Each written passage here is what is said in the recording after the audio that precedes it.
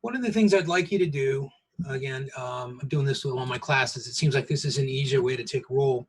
If you could just use the chat and sign in with the name that appears, you know, under the registration, under the actual list of who's students, so that I know you're here. Then I don't have to keep looking away and, you know, screens aren't jumping around on me and all that, because it's kind of a hassle to do it. And I want you actually to check in, okay? Don't sign in for anybody else, because if I find, you know, two names signed in, but they're both signed in by the same person, I'm going to mark you both absent. Okay? If somebody's not here, they're not here. I need to know that. It doesn't mean there's going to be a consequence for it. I just need to know. The administration's really leaning on us to take roll, partly because of the remote environment of classes. So just if you could use the chat, sign your name in. They don't know you're here. I don't have to deal with it till after class when you're long gone. I don't have to ignore you. You know, we can move on. All right, does that make sense? It looks like people are doing that. It looks like I got 22. Wait, hey sir, does this go with last week too? Or like Monday? No. Okay. Yeah, thank you. I'm not worried about last week. This is today, man. No, I'm talking about Monday. Just in case. Because remember we had a Zoom meeting, and I don't know like how you took roll calls. I'm losing you. I'm losing your audio there. I can't hear what you're saying.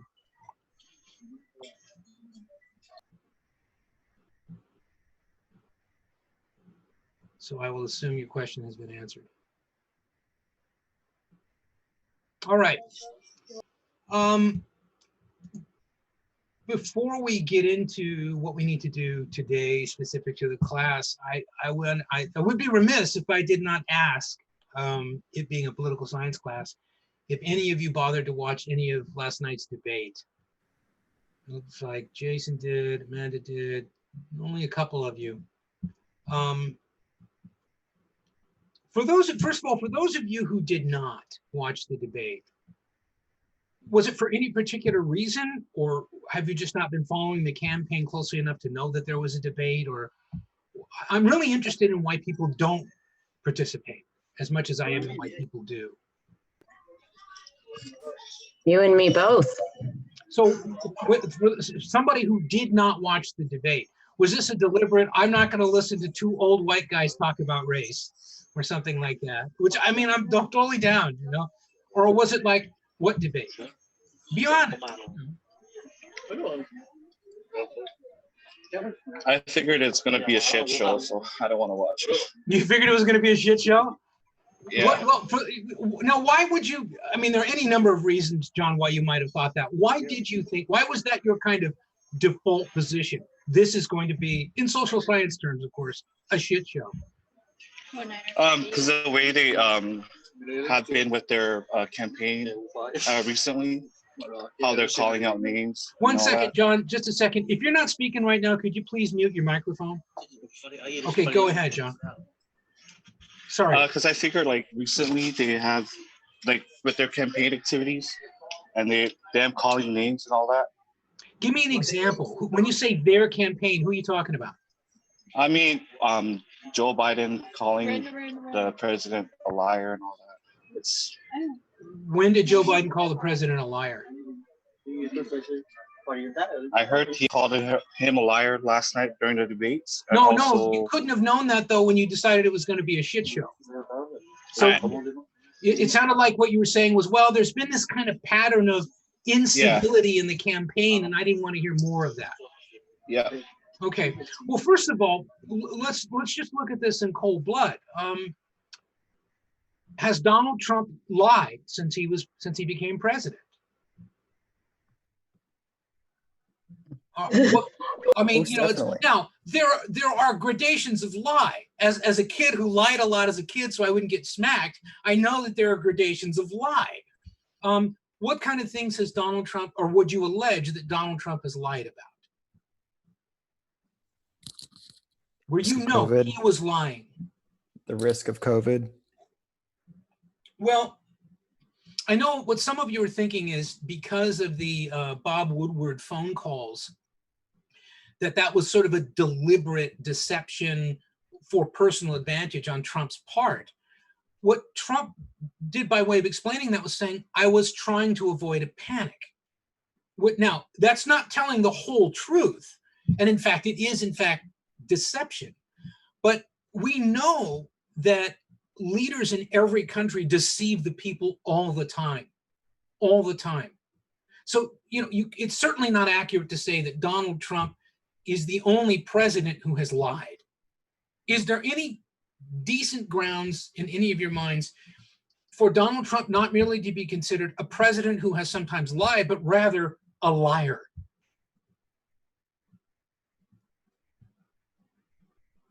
Because John's concern here is that's not fair. It's uncivil to just throw names at somebody and say this person's a liar. That was one of the things, I think, John, if I'm understanding you, one of the reasons why you just blew off the whole debate. You couldn't stomach any more of it. You'd had enough. Is that right? Oh yeah, Yeah, that's true. Okay, I just don't want to misrepresent your position. And I think a lot of people felt that way. And a lot of people began to feel that way in the course of that debate, where they just were really turned off by it, But it sounds like I'm not going to get anything declarative here in terms of the justification of calling Donald Trump a liar, as opposed to, like every president, someone who has from time to time lied to us. Bill Clinton said, he lied about a lot of things, but he lied about some important things too that didn't have to do with sex with interns. One of them was that in a town hall meeting that he had that was televised on MTV, he said categorically that if he were elected president, he would use his power as commander-in-chief immediately by order of the commander-in-chief to eliminate the ban on service by gay and lesbian Americans. He absolutely failed to do that. He punted on it. He completely defaulted to a Republican-controlled Congress that he knew had no intention of doing that. And instead, what we got was Don't Ask, Don't Tell and the Defense of Marriage Act. Okay, that sounds like lies. And that doesn't sound like calling names. That sounds like a bold-faced lie. Okay. We know how often Richard Nixon lied. Name your president, I'll give you lies. How many times did Barack Obama say when he was campaigning and in the first year or so, it was, I'm going to close down Guantanamo Bay. Gee, funny that prison is still there, despite the fact that almost no one in that prison at that time had provable charges against them. That's a lie, isn't it? Or tell me if I'm wrong. I'm really not trying to shout you down. What I'm trying to do, other than sort of wake everybody up a little bit, because I'm kind of tired and I need more coffee and all that, is we have a tendency, I think, to kind of withdraw into our own little camp and decide anything anybody outside my camp says has to be a lie. And it's probably meant with bad intentions. They're the enemy, okay? The fact is that that's not typical. That's not really normal. When everybody talks about polarization and all that kind of stuff, that's relatively new in modern American politics, okay? Because one of the things that the 1960s did was called fundamentally into question the integrity of the institutions of power in the United States, not just government, but private sector institutions as well. The integrity and ethics of corporations, the integrity and ethics of chemical corporations, or corporations that might have an extraordinary environmental impact. It called into account all kinds of things: the integrity of the police, the integrity of the FBI. Somebody mentioned, I think in our last class meeting, and I meant to go back to it in the notes when we went elsewhere, mentioned something called COINTELPRO, right? That was a completely illegal operation carried out by United States, Federal Bureau of Investigation in coordination with regional and local law enforcement. Okay, kept completely secret from the American people until the Church Committee in 1975 decided to make public all of those things. And that's where most people first heard about COINTELPRO. That was the government conspiring to deny constitutionally protected rights to its own citizens. So we do have that. Okay. Now, in that case, it was mostly people on the left. For example, COINTELPRO was not used against the Ku Klux Klan. It was not used against white supremacists. it was not used against white nationalists. It was used mostly against the Black Panthers, but also against SDS, Students for Democratic Society, and other, center left student organizations. Every organization that was involved in opposing the war in Vietnam was investigated, infiltrated, or destabilized by COINTELPRO, as far as we know. Okay, I mean, we've got pretty accurate records of that. Okay, so there are reasons not to trust government all the time.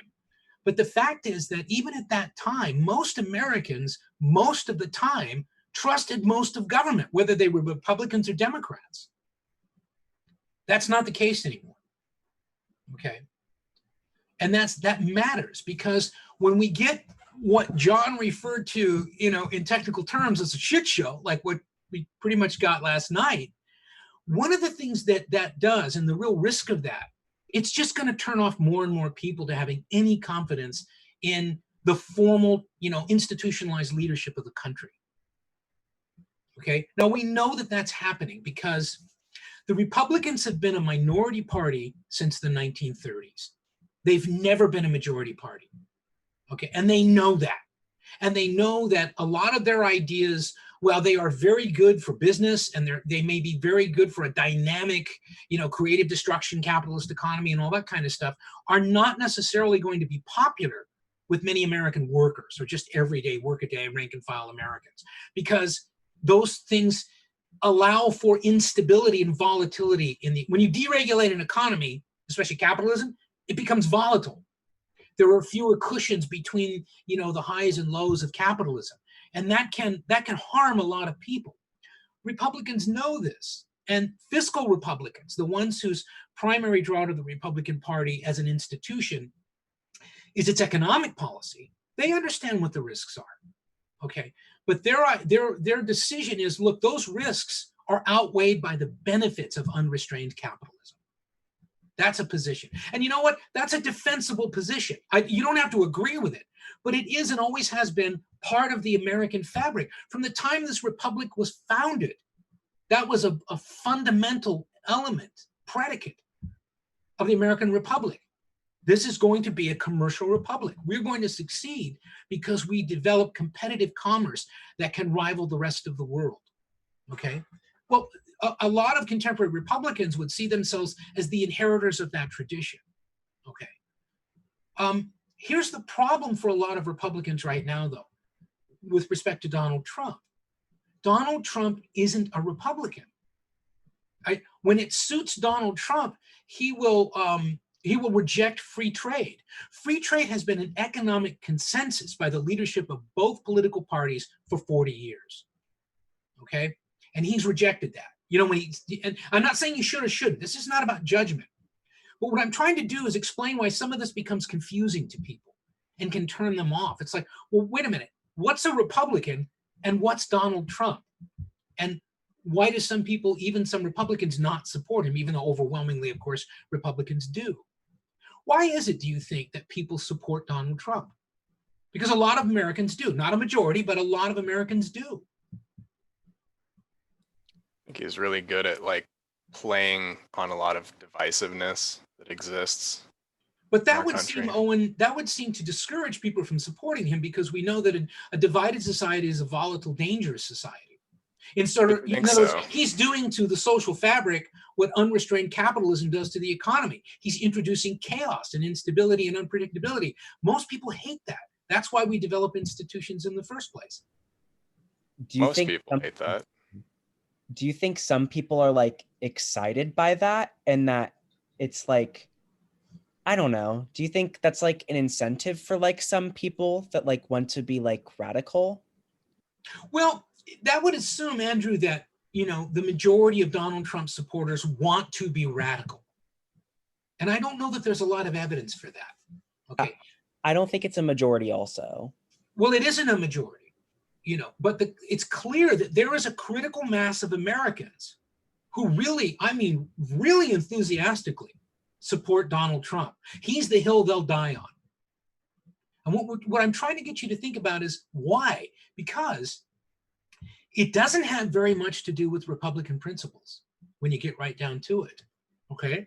Because he doesn't have a coherent economic plan. And again, I don't know that Joe Biden has either. This isn't, I want to make really clear. Okay. I don't have a dog in this fight. I don't like either one of these people. Okay. I haven't voted for a Republican or Democrat for president as far as I can remember since the 80s. Okay. Typically, I will be honest with you, what I will do, even though I vote every election, I don't vote on every office in every election, because if I cannot in good faith lean into one of the options that I have as not being good for me, but good for the country, I won't vote for that office. Now, again, please do not go out and scream to the administration that Hughes is telling you not to vote. Okay. If I was telling you not to vote, it would sound like this: don't vote. Okay. But that's not what I'm saying. I guess what I'm saying is that there's every indication that the strongest base of support for Donald Trump hasn't got very much to do with the policies of the Republican Party. So then the question is, well, why support him? Because he's clearly, as Owen suggested, he is a very divisive candidate. He's a polarizing candidate. He is able to engender a tremendous amount of enthusiasm and support, but that is always counterbalanced by a critical mass of emphatic opposition. He is a polarizing person. Okay. Well, when we were talking about institutions, what we were talking about was sort of regular patterns of recurring behavior that guide us into understandings of, okay, here's what you're supposed to do. Here's kind of how it works. There, relax a little bit. Stop at the stop sign, signal before you turn, do those things. If you're in the military, there's a hierarchy of people who you do or do not salute and how you refer to them and things like that. I've been watching this really fascinating series. My oldest boy put me onto it. It's called Lad's Army, and it was done back around 2002. And what they did was they took a bunch of Brits, it's reality TV, right? And they took a bunch of young British men and they put them in conditions like national service in the 1950s to see if they could cut it. But one of the things that was interesting to me about that were the British traditions within the military, okay? And how, not only how they were different from American, but how they just seemed like they came from Mars in some ways, okay? But they're there for a purpose. The discipline of command and control in the military is essential. You can't prosecute the dismantling of your opponent's capacity to wage war if you don't have that. And so a lot of things that people get when they're in basic training and stuff like that, especially looked at from the outside, you think, oh, that's just stupid. No, it's not. It's necessary, okay? Some people compare what Donald Trump is doing to someone who comes in and tries pretty abruptly to reform the military by saying, these old arcane institutions you have, they're no good. And so what I'm going to do, I'm going to ignore them. All right. And in the process, I'm going to introduce new ways of doing things. And there are a lot of Americans who aren't really happy with the way the wind's blowing in the country and who believe that that's a consequence of the failure of existing institutions. And so their thing is either give us new institutions or break the ones that are there so at least they can't do any more of this stuff to us. Okay. All right. Now, there's another thing to think about, and this is what I wanted you to do in the notes, the reading on power and force, which involves this concept of legitimacy. So that's kind of the way I want to frame it today. But the debate gave us a great example of that, as hard as it was to watch. For one thing, we have to ask ourselves, rather than do you agree with politician X, in this case, let's say Donald Trump as president of the United States, the larger question is, do you see him as legitimate? Okay. Do you see him as possessed of sufficient legitimate authority that the decisions he makes, even though you may disagree with them, you accept them as law? You accept them as guidance. You accept them as executive authority, okay? As long as you do, the presidency is secure. But if you don't, the institution of the presidency is weakened. That's the concern of a lot of people who, like me, are neither Democrats nor Republicans, but understand the necessity of having strong, durable institutions. Let me see if I can explain that a little better, because I really don't feel like I did quite as good a job as I needed to do last time, maybe because we were just breaking the ice on it. Think of it this way, okay? As we began to, in quotes, modernize, all right, we began to secularize, we began to undermine the absolute authority of the church and instead impose this notion of political sovereignty, the nation state. One of the things that we began gradually to do was to develop these permanent institutions of regulation.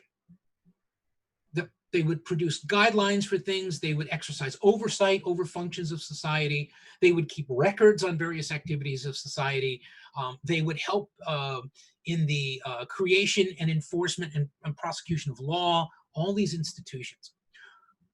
The theory is, this is what's called a theory of bureaucracy, is that they are more effective the less personalized they are, okay? The institutions are most effective, particularly political institutions, that is, those institutions dealing with public decision-making, okay? And you can see the definition of politics I put in there, and that's the one I'll be looking for quite bluntly on the quiz. But, so the idea is, what makes the presidency powerful isn't the individual in the White House. It's not. It can't be. It mustn't be. The institution must be possessed of sufficient legitimate authority and integrity in itself. Where does that sense of legitimacy, that is our acceptance of it as right, where does that come from? There's an institutional source for that, where we say, well, that is the president, whatever else that is, that's the president, not an individual, that's the presidency. Where does that legitimacy, our acceptance of it as right and proper, where does that come from? Voting, the Electoral College. It comes not so much from the Electoral College as the election process. In fact, if anything, we can argue the Electoral College kind of undermines that, especially in the last election. Yeah. And in Bush v. Gore. It challenged the legitimacy of the presidency. Some people could say legitimately, that's not my president because that guy lost the popular vote by 3 million votes. Okay? Right. But again, it's not legally accurate because the Electoral College does exist. Okay. And we can get into a discussion of what it is and why it is and all that. That's a better subject for Political Science 202, which is going to be taught by our newest professor, Sean Patterson. But the idea is that we accept that as legitimate because there's institutional authority behind it. As long as the elections are seen as legitimate, the outcome of those elections must be seen as legitimate. Now, again, I'm not asking you to agree, okay? I'm putting that down as a predicate of institutional legitimate authority, that if a result, a decision of an institution is recognized as legitimate, if the process through which it was reached is something we've agreed to, is the way we're going to do business. That's how we're going to make our public decisions. And the way we've decided over almost 240 years that we're going to make our public decisions about who's going to sit in the White House is through these elections mitigated by what Owen pointed out, the Electoral College, which defaults to states and their rights and authority. Okay? And so under that, then, when he was inaugurated, Donald Trump had over 200 years of a kind of repository of legitimate authority behind him. Centuries of legitimacy, okay? And a lot of people argued that he saw it as his mission to kind of break that institution. Not because he was evil or anything else, but think of him as a radical who got a hold of power and said, you know what, we're going to do things differently. If you support that, that's a pretty exciting reason to support someone. If you agree, well, no, things need to change at a really fundamental level, this guy's at least trying to do it, you're much more likely to vote for that person. Even though, he may say things that make you cringe, and maybe he doesn't know all the facts, and clearly he doesn't, and maybe he doesn't really understand all of what he's doing. Well, we can always think, you know what, either do I. But he's like me. He's fed up with things as they are today. He's got a vision of America as it should be, which, by the way, largely is as he remembers it being decades ago. And you know what? He's going to help us get back there where things were good. That's where a lot of the bedrock support for Donald Trump is. And those people are willing to give him legitimacy even though a lot of the things that he does are technically illegitimate. In other words, it makes no sense for a sitting president to have a director of the FBI and a director of the CDC and, you know, all these people who are his choices, and then ignore their advice. And in fact, kind of denigrate them in public. Okay. In other words, you might think there's no logic in that. Why would he do that? The idea is, and this is where a lot of people do not understand the base of support, the bedrock base of support for Donald Trump. There are a lot of Americans who want personalized rule. They want personal rule. It is sometimes referred to as charismatic rule. People who rule not because an institution says they can, but because they simply can. By strength of their personality, they are commanders. And that's the person who should rule. That is a really underexplored area of the base of support for Donald Trump. Okay, that idea, that this idea of sort of impersonal bureaucratic rule and all that, look what it's given us. You know, it's given us social justice warriors and snowflakes and not knowing which pronoun I'm supposed to use, and everyone saying I've got racial privilege and my penis is bad and all these things. And they're thinking, like, I don't want to live like that anymore. I want someone who's a charismatic, powerful individual who can go to that White House and go to that swamp in DC and crush it. Because in other words, they look at it the way revolutionaries do. When you look at the history of revolutionary leadership, look at how many of those people were charismatic leaders. They might have been lunatics, but they were charismatic leaders. Che Guevara was an incredibly charismatic leader. He appears to have been a psychopath, but he was a charismatic leader. There was a time, it's hard to remember, when Fidel Castro was a young man. He was dynamic and charismatic and compelling, okay? When you look at a lot of independence movements, charismatic leaders. You know, good old Sam Adams, complete business failure, a pain in the ass to his own family, but you get that guy in a local bar and you get people around him with a couple of local brews in him, he was charismatic. He was a compelling leader figure. He really was. And there's a lot of support for Donald Trump that's based on that. Forget about impersonal bureaucratic rule. Let's get a strong human being in there who's dimensional and personal. And yeah, he's going to run the office to his own benefit. Any smart person would. But by doing that, he's embodying what we want with the country. He's not going to, he's not going to kowtow and be afraid of the radical left or whoever, I mean, I heard him referred to as radical liberals. That's a contradiction in terms, but what do I know? I only have a PhD. How's that for snark, man? Yeah, fuck the president. I have a PhD. Anyway, but you see what I'm saying, though? And I hope you understand. I'm not making a case for or against. I'm saying try to understand what compels people to be so passionate in their support for someone whose leadership you might not understand. Okay.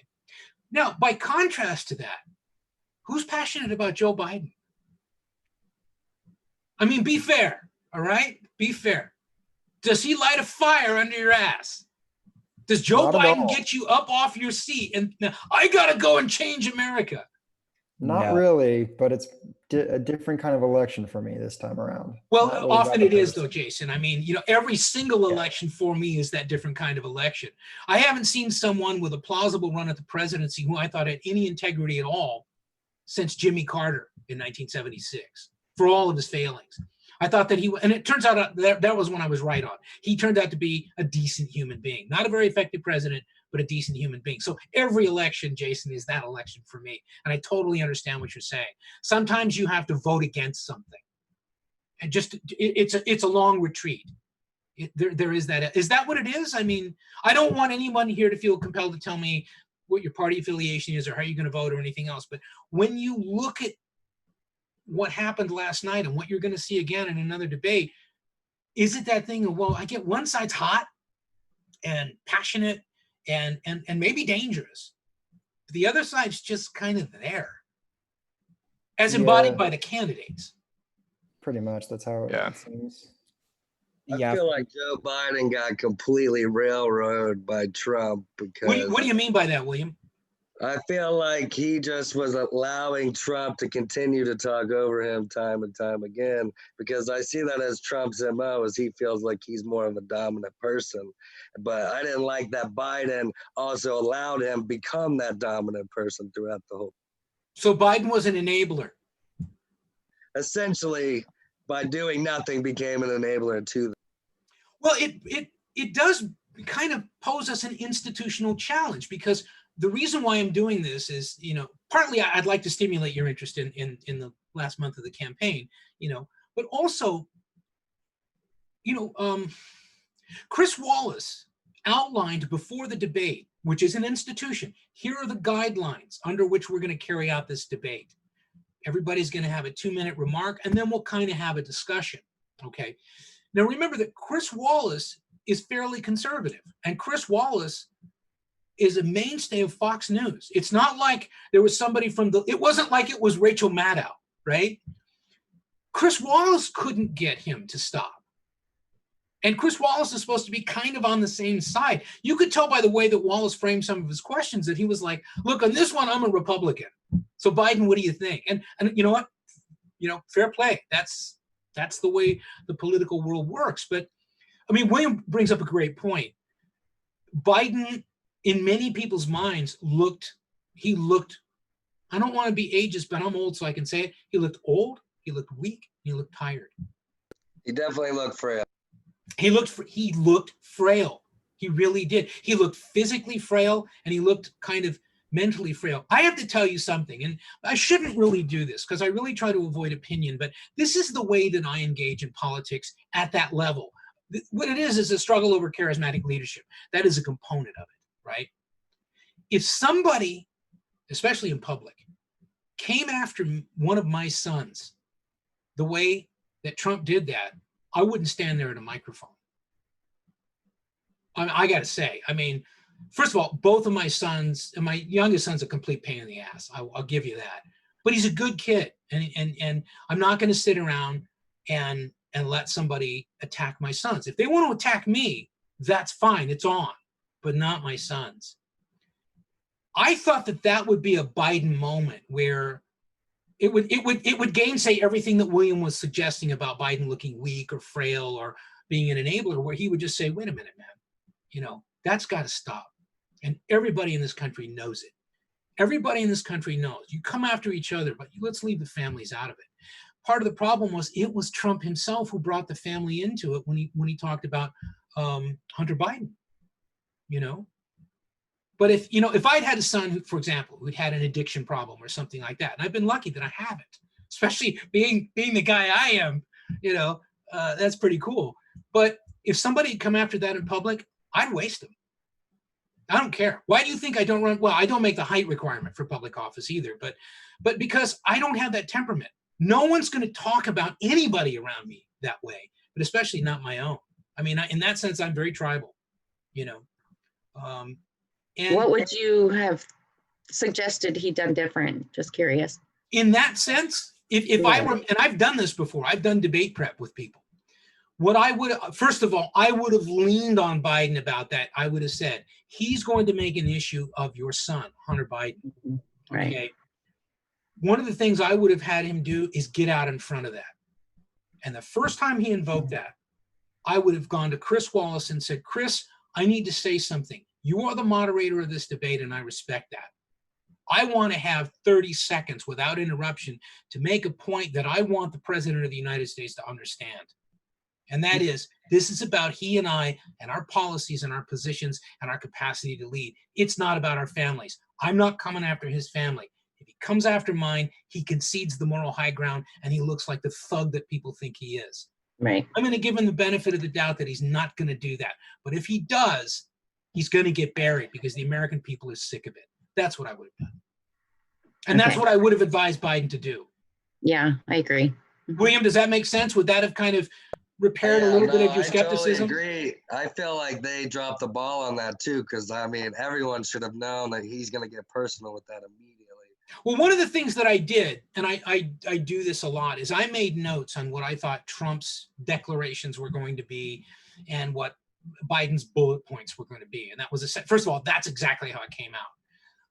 There's this barfing out of allegations by Trump, that is the way he communicates. He's a word salad guy, but he does it magically. He really does. And Biden is a bullet point guy, and you can tell he's doing it. By the way, here's a tell. Tell me that I haven't spent too many years doing this. Every time Joe Biden gets back to script, he tells you, he uses the phrase, here's the deal. Whenever you hear him say, here's the deal, in his mind, he's back on script. I've seen people do this for 30, 40 years, and I know how they do it. And that's what he's doing. He's trying to reset himself mentally and pull back to, I've got to get back on my points here. You know, Trump really doesn't do that. He'll just go. He'll lean into anything. One of the controversies, and this, again, in terms of institutions, let's think of it this way. And I think we can analyze, the themes of this debate institutionally. One of them is the idea that we have a constitutionally protected right to organize and dissent and express that dissent emphatically. We do.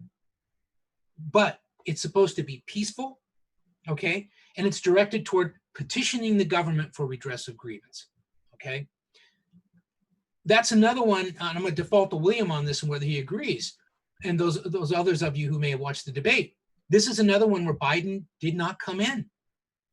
And not only did he not come in hot, he did not come in at all, which was to say, Mr. President, the overwhelming majority, and we've had several studies that have verified this, the overwhelming majority of the public demonstrations that we've seen, particularly since the death of George Floyd, have been without violence, particularly without violence by the protesters.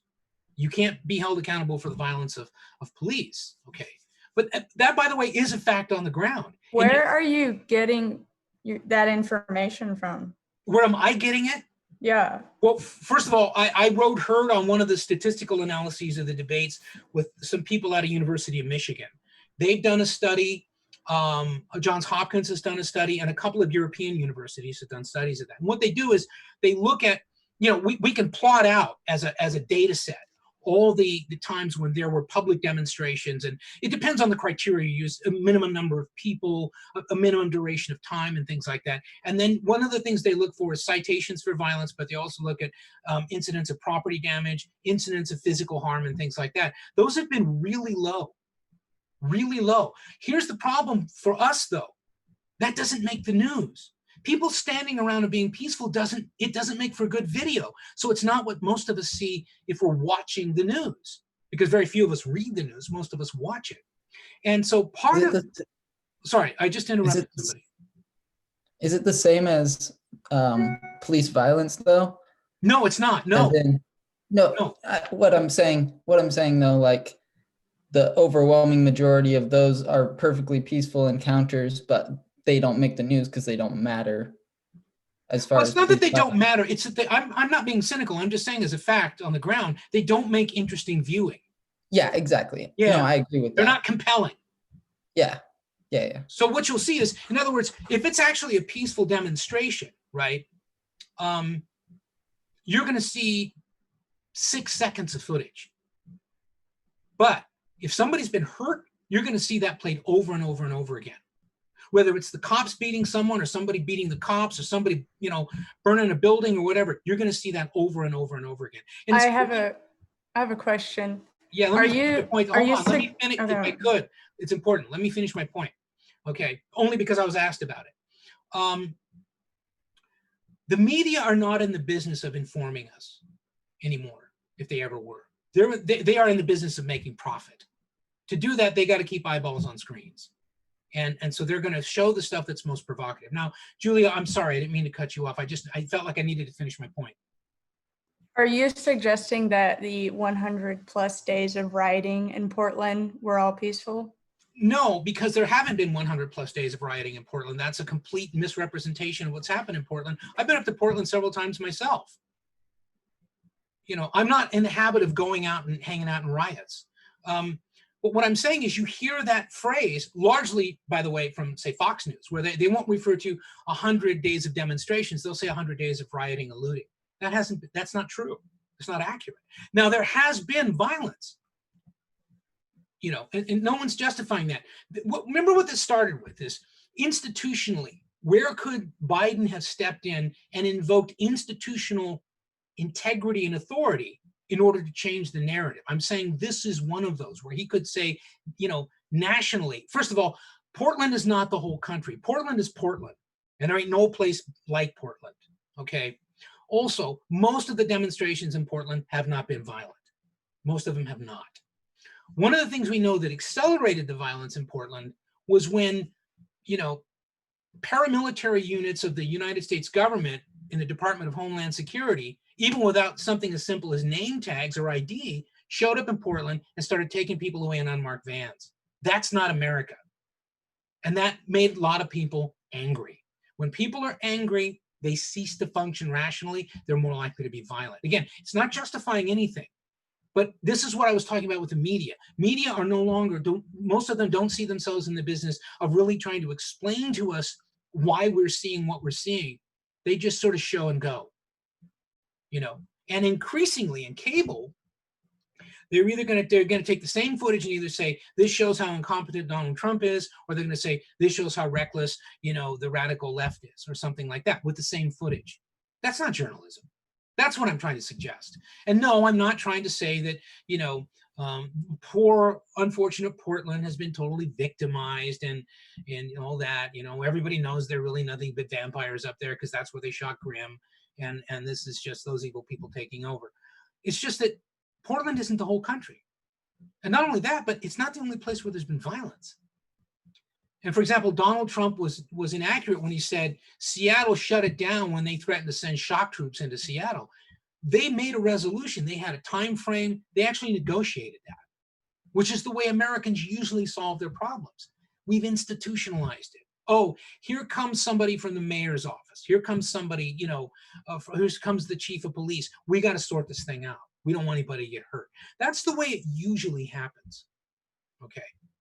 But you would never know that from watching the news, and you'd never know that from watching something like that debate. But what I'm trying to suggest is this is a consequence of breaking institutions, repurposing them to your advantage. You can do this. When you watch broadcast news now, and almost no one does, particularly no one under the age of 50, right? One of the first things that is going to shock you, it's remarkably nonpartisan. It really is. They'll cover the same story, sometimes with the same footage, but they won't sound like MSNBC and they won't sound like Fox. And that's because the people who watch that news, first of all, they grew up in a time when the media were expected to try to be objective. And if they stray away from that, there are plenty of us who will say, hey, no, don't tell me how to think. Just tell me what happened. I'll tell you how I think about it, okay? But if you're getting your information from blogs, or you're getting your information from Twitter or Instagram, or even MSNBC or Fox, they're monetizing commentary. They're monetizing opinion. That's not journalism, and that's not news, okay? It doesn't mean there's not a place for it, and it doesn't mean it's not protected by the First Amendment as an institution. But what it means is don't confuse that with the attempt to present an objective analysis of what just happened. That's not the purpose of commentary. If you look at a newspaper, remember newspapers, talk to your grandfather about newspapers. One of the things you'll notice, and this has been the case since about sometime between 1850 and 1900, you get a newspaper, you will not necessarily know the partisan bias of the paper just by looking at its front page. You won't learn that till you go to the middle of the page and look in the editorial section. But even there, okay, a good newspaper will have something they call the op-ed section opposite the editorial. And that's where they allow other points of view. Columnists, right? Commentators will come in and express their analysis of events, or they'll advocate for their point or whatever. So that you might, for example, have a conservative pro-business newspaper like the Wall Street Journal, whose front page coverage is remarkably objective, okay? You go into the editorial, it's pro-corporation, it's pro-business, and yet they will often condemn Donald Trump, because they often believe that Donald Trump is bad for business because he creates unpredictability, and investors don't like unpredictability. And if investors are unhappy, they don't give business the capital it needs to expand and operate, right?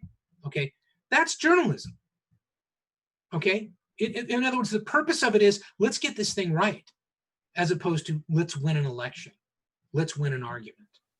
I have a question. Yeah, Owen. So like Fox and MSNBC to some extent and places like that, do you feel like by them showing how many eyeballs they can get on the screen and how many views they get by running, inflammatory opinion pieces. Do you feel like that sentiment has bled into other newspapers or media outlets? And do you feel like there's been any more move towards more opinion pieces and stuff in regular, I guess, quote unquote, forms of media and news? I'm not really exactly sure what you're asking. Can you try that one again with me? I'm not sure what the phenomenon is that you want me to take a look at.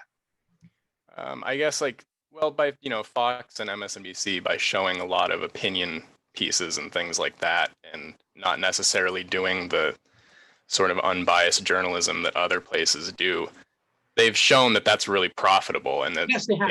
they can get a lot more eyeballs on the screen doing that than they can reporting in a sort of more journalistic kind of boring way. Do you think that that's maybe made like newspapers envious of what they're doing? No, I don't think it has made them envious. I think it's made them understand that the dominance of newspapers is over, and that newspapers are having to either move online or die. And to some extent, the challenge for newspapers is, does anybody really want even stuff that tries to be objective anymore? Or is it just about everybody being niched and finding opinions that reinforce what they agree with? So it's posed a challenge to newspapers. But to this day, I would say that the journalists who most hew to the traditional notion of the attempt at objective journalism are print journalists. It's the way we were trained. I mean, I went to journalism school when I first went to college. I wanted to be a journalist. I wanted to be an international journalist. I wanted to go to East Africa, and I wanted to go to Southeast Asia, and I wanted to report. I wanted to get the story right. There's an ethos that goes along with that, which isn't about aggrandizing yourself or, do you like a byline? Sure you do. Are you willing to corrupt a story? Not very many journalists are. And when they are, they tend to get found out. It might take a while, but they tend to get found out. In television, it's kind of expected. First of all, in television, your best asset is going to be a nice profile and a good head of hair. It really is. I mean, you're essentially getting, sort of talking models most of the time in television. Most of these people, even if they have political science majors or whatever, they don't know much of what they're talking about. That's just a fact on the ground. They have staffs of people, who will sort of fill that void with text. But remember, these people largely get paid to read things off a teleprompter that they have not written. Okay, that's not really journalism. That's a newsreader. That's different. Okay, but yeah, there's no question that Fox News broke new ground by monetizing pretty much 24/7 commentary. Now, the thing about Fox that's kind of sad in a way, because I listen to Fox when I'm I've been driving down to California a lot lately because I've helped a couple people get out of the fire areas and helping my dad and stuff like that, right? And when I do that, I listen to Sirius. So I'll jump between Fox, CNN, MSNBC, right? And just see, what are they saying? Fox News coverage is strikingly objective. It really is quite good. They still have real journalists who work for the Fox network, and their news coverage can be quite good, But the problem is it gets elbowed aside by commentary, and so does MSNBC. In fact, I find less news, less just journalism on MSNBC now than I do on Fox. And either way, though, it's frustrating because people like me, I don't need to know anyone's opinion. First of all, I don't care. Okay, but more importantly, I need to know what's going on because I need to try and explain it to my students, or if the AP calls me, as this guy did this morning, and I can tell him to go fuck himself, but sometimes I try to be helpful. I don't like to be caught unawares. I can't write on someone's opinion, though. I'm not 12. I don't need my daddy to tell me what to think. And these opinion networks treat you like children. And that frustrates me because I am a lot of things, but I'm not a child, and I haven't been in a long time. And that's frustrating. But Fox has found a way, and MSNBC has adopted it enthusiastically to monetize that. I mean, you listen to, or CNN, you listen to some of their, in quotes, journalists. They're hacks. They're absolute hacks. Everybody makes fun of like Tucker Carlson and people like that. I mean, let's face it, Tucker Carlson doesn't pretend to be a journalist. Sean Hannity doesn't pretend to be a journalist. They're going to tell you straight up, look, this is commentary. You want to know what my thinking is. That's why you tune into this, you know. But they're like, if I hear, you know, Jake Tapper or somebody like that, I don't care about Jake Tapper's opinion on CNN. You know, I mean, and there are people who are worse than Tapper in terms of, how about you shut up? How about you stop talking? I'm done. You know, so it's frustrating. Apropos of this class, though, you know, what all of these things do is they compromise the legitimacy of institutions we've depended on sometimes for centuries, right? Newspapers, by the end of the 19th century, had acquired for us a status and a legitimacy that we really could rely on, okay? There was a status in being a newspaper editor. You were considered to be a very knowledgeable person whose advice was worth listening to. You were seen as a legitimate authority. And so the newspaper that you were publishing was taken seriously, okay? And, you know, and that gave you a certain amount of power. Because when we talk about power, in the sense that I mean it for this class, what we're talking about is that capacity that you have to influence a desired outcome that's based on the legitimate authority that you derive from institutions that back you, okay? And so you're more powerful if you're seen as more legitimate. There's no question of that, okay? If you look at the video that I put up on Power and Force, I make the argument that, you know, a duly elected official has more power than a dictator. They do. Because the difference is the dictator has so little power at times, they have to rely on force. That is, they aren't seen as legitimate. They're simply feared. You know, they aren't seen as someone who, yeah, you know, you're right. You're the best person for the job. No one dares oppose them. That's not power. That's force.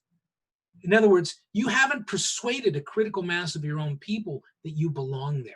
They're just afraid to say otherwise. What I'm suggesting is that by the end of his regime, Joseph Stalin was weak, okay? By the end of his presidency, Richard Nixon was weak because he was no longer seen as legitimate. A lot of you may not know this, but we have every reason to believe that in the last month of his presidency, that the Joint Chiefs had decided among themselves, along with probably some people in the United States Senate on the Security Council, the NSC as well, that if he made an order that was provocative toward another country, that order was not reflexively going to be carried out. It was going to be reviewed by other cooler heads. And I can tell you who that was going to be. It was going to be Henry Kissinger. Okay, but that's important. That means that even people inside the bubble no longer saw Richard Nixon as legitimate. They feared what he might do because they now acknowledged him as illegitimate. They wanted him to go. Okay, and that is sometimes that's what happened with Benito Mussolini. Okay, does anybody know how Benito Mussolini finally died, and how old? Wasn't he killed by his own people? Killed by his own people, and he was hanged outside for a while so everyone could see it. You know. That now tell me, you're going to tell me that's power, I'm going to struggle with you. So to explain that, what I would suggest was that initially Mussolini was very powerful because the initial regime of Italian fascism was built on a lot of predicates that a critical mass of Italians could roll with, that they could, you know, the idea of the restoration of the greatness of Rome but also a kind of futurism. You know, a lot of Italian fascists were futurists, and they were very much excited about industrialization and mechanization and efficiency and making things run better. And, you know, the whole cliche about making the trains run on time and stuff like that. That was all associated with fascism. And there was a wide range of people who supported that. Once they kind of made their peace with the Catholic Church, Mussolini was very powerful because he was absolutely seen as legitimate. Most people would argue that Italy's collapse during the Second World War undermined his legitimate authority, and he more and more was compelled to resort to force, okay? You know, to call out the secret police or to call out the military, which he couldn't do because they were getting killed in war. And so as a consequence of that, he was blamed for Italy's disgrace in the Second World War, and he was murdered. You know, that's not a powerful person. So what I'm trying to suggest is that this distinction between power and force derives from that sense that people have that, no, you know what? I may not agree with you, but yeah, for sure, you're the president. You're the, you know, you're the prime minister. You're whatever. I'm totally, you know, I'm going to disagree with you. Okay. But you're not there illegally. No, I don't believe you should just be thrown out. I mean, yeah, maybe we should have another election. I mean, in England, Britain rather, you can call for an election anytime you want to. So, oh, what time is it? I don't know, let's have an election. And you can do that. You can have a vote of no confidence and a lot of things like that, that some people think we might want to have in the United States. I've heard people rightly say, why don't we have something like the British Parliament has, a vote of no confidence, after which generally there's a call for an election, okay? I'm going to suggest to you, we do have that. We do. It's called impeachment. That's what it is. That's a vote of no confidence. In other words, that's why that mechanism is there. So that if we feel that we have a president who has at some critical phase lost that critical mass of legitimate authority, we have a mechanism, at least theoretically, where they could be removed before great harm is done to the republic. Again, the operative word there being the republic, not the individual, not the Democrats or Republicans, the entire show, right? Do you see the difference, for example, between someone saying, oh, we're just going to get Trump out of there because we don't like him, as opposed to someone who can make the case, this guy's dangerous to the republic? And when you wonder, well, what happened with the impeachment? One way to look at that is Democrats were incapable of making the case that Donald Trump, for all that he might be crude and loutish and everything else, and he pretty much is, he celebrates that, he wasn't dangerous to the integrity of the republic. And unless you can do that, you're going to have a hard time, especially when his party controls the Senate, you're going to have a hard time removing a president. So as a vote of no confidence, used much less commonly with much less effect, but it is there. Okay, it is there. So that, again, it's an institution built in there as a safety valve. If we suddenly realize, oh my God, we've got somebody in there who doesn't know what he or she's doing, we've got to get them out of there. But we also have a countervailing institution, permanent political parties. Okay, this is where institutions begin to determine what we consider to be legitimate or not. The republic in its architecture did not have political parties. There were certainly no organized political movements within the electorate. There were no Democrats or Republicans or any of that kind of stuff. Nor was it envisioned that there should be, because we had already seen what that did with Britain and how it kind of stalled out the parliament and things like that. So the original intent of most of the framers was that would never be the case here. But it was also the case that you would never popularly elect the Senate, and you would never popularly elect the president. That would be done by your betters. It would be done by the leadership of each state. That's what the electors were. They were supposed to be the elite of each state, the property-owning white men of each state who were going to make decisions about who the president was going to be, not you. That was never intended. So that's why, institutionally, when people refer to the United States as a democracy, that's a bit of a fiction. First of all, it was a work in progress, but it wasn't created as a democracy. It was created. In fact, all the framers uniformly were terrified by democracy. They didn't want it. And they make it explicit when you look at the notes from the framing. They did not want democracy. They were terrified of you, or at least of your predecessors. They were, and justifiably terrified of you. Okay?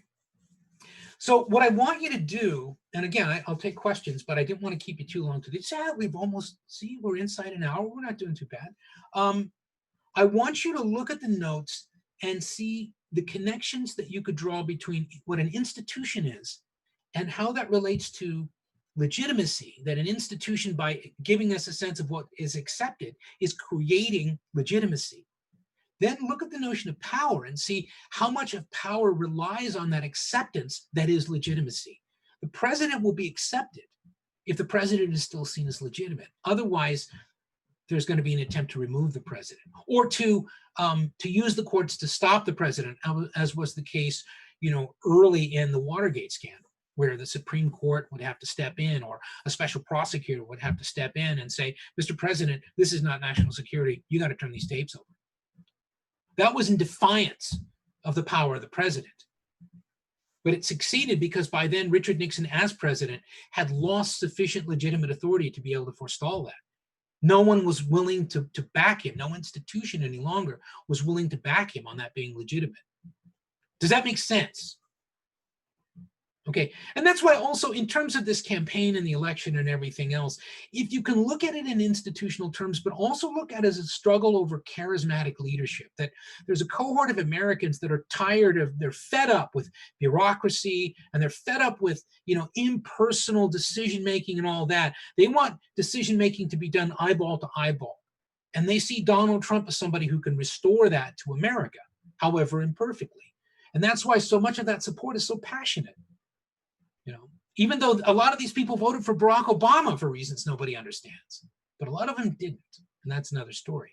All right, are there any questions then on anything you've had to look at so far, either with our discussion of institutions and the readings on that, or if you've had a chance to look at it yet, the distinction between power and force? Okay, then here's what we're going to do. We're going to review on Monday, and I'm going to finish up I'm going to try to tie these things together a little more explicitly. We got a little bit expansive today because I was trying to integrate as an example all the things we may have seen in the debate, and that opens things out. I'm going to try to kind of lock things back down on Monday, and we'll review, okay? Then you will have an assignment that will be a quiz that you will do sometime on Tuesday, whenever you have time. Once you'll see that I made it visible now on the page. Once you open it up, you'll have 2 hours to do it. You will not need, I can't imagine that if you've applied yourself at all, you will need 2 hours. I will also remind you, you are perfectly free to use your notes. Although if you merely cut and paste notes or otherwise just crib what I said, you've got to show me that you can apply these things yourself if you want to do well on the quiz. But it's open note, you can use your notes. When we go later on in the term, when we have these quizzes, or say we're going to do Plato and Aristotle next. You can use those videos and any of the content in there to give you ideas. You can use anything you want. Make sure that you cite what you use, in the notes for class on page so-and-so, it says thus and such. Here's the best way to approach the quiz, and I'll remind you of this on Monday too. Take a sentence or so to tell me what a thing is. Here's what an institution is. Here's an example of it that's relevant to the study of politics. Because that's what I'm trying to do. In other words, first define the thing for me, then give me an example of how it works. If you do that, and you can show me that you're really thinking instead of just cribbing what I've written or something, you'll do well on the quiz. But I'll take more questions on that when we review on Monday. Okay? All right. I just want to make sure I don't have anything in the chat. No, I don't. Okay. Are there any other questions? Now, last thing. Somebody, if you may have come in late, did you sign in the chat? If not, please do that. Is there anybody who did not yet sign in the chat? Because if you didn't, I've got to go to another screen here. If you didn't, I need you to do that right now. Okay. Otherwise, I will see you on Monday. Okay. Thank you. All right.